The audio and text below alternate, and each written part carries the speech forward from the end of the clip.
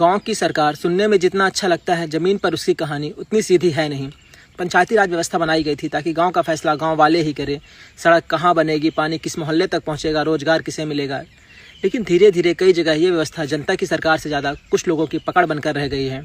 आज भी कई गाँवों में चुनाव तो होते हैं, लेकिन 500 रुपये और एक पौवा दारू की कीमत पर हर एक वोटर खुद को सरपंच के हाथों गिरवी रख देता है। और फिर जब वही व्यक्ति सरपंच की कुर्सी पर बैठता है तो पूरे गांव को कठपुतली की तरह अपने इशारों पर 5 साल तक नचाता है, क्योंकि उसे लगता है कि उसने हर एक वोट की कीमत चुकाई है। कई बार गांव में नाली आधी बनी रह जाती है, सड़क पहली बारिश में बह जाती है, मनरेगा में मजदूरों की जगह सरपंच के चमचे निकल जाते हैं और कागजों में विकास पूरा दिखा दिया जाता है।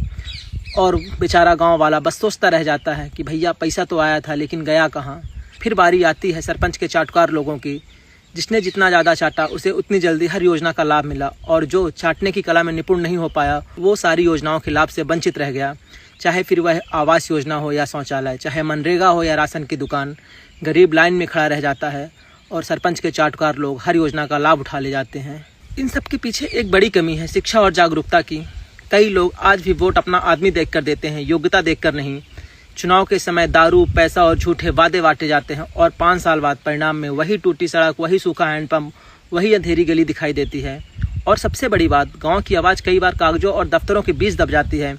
फाइलें पंचायतों से ब्लॉक, ब्लॉक से जिला, जिला से दफ्तर तक घूमती रहती हैं, लेकिन गाँव का आदमी आज भी उसी टूटी चौपाल पर बैठ इंतजार करता रहता है।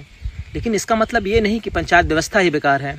असल बात यह है कि व्यवस्था से ज़्यादा सोच बदलने की ज़रूरत है। जब गांव का आदमी सवाल पूछना सीख जाएगा, जब वोट रिश्तेदारी नहीं ईमानदारी पर पड़ेंगे, तब पंचायत सच में गांव की सरकार कहलाएगी। क्योंकि पंचायतें सिर्फ वोट डालने से मजबूत नहीं होती, बल्कि योग्य उम्मीदवार को वोट देने से मजबूत होती हैं। धन्यवाद।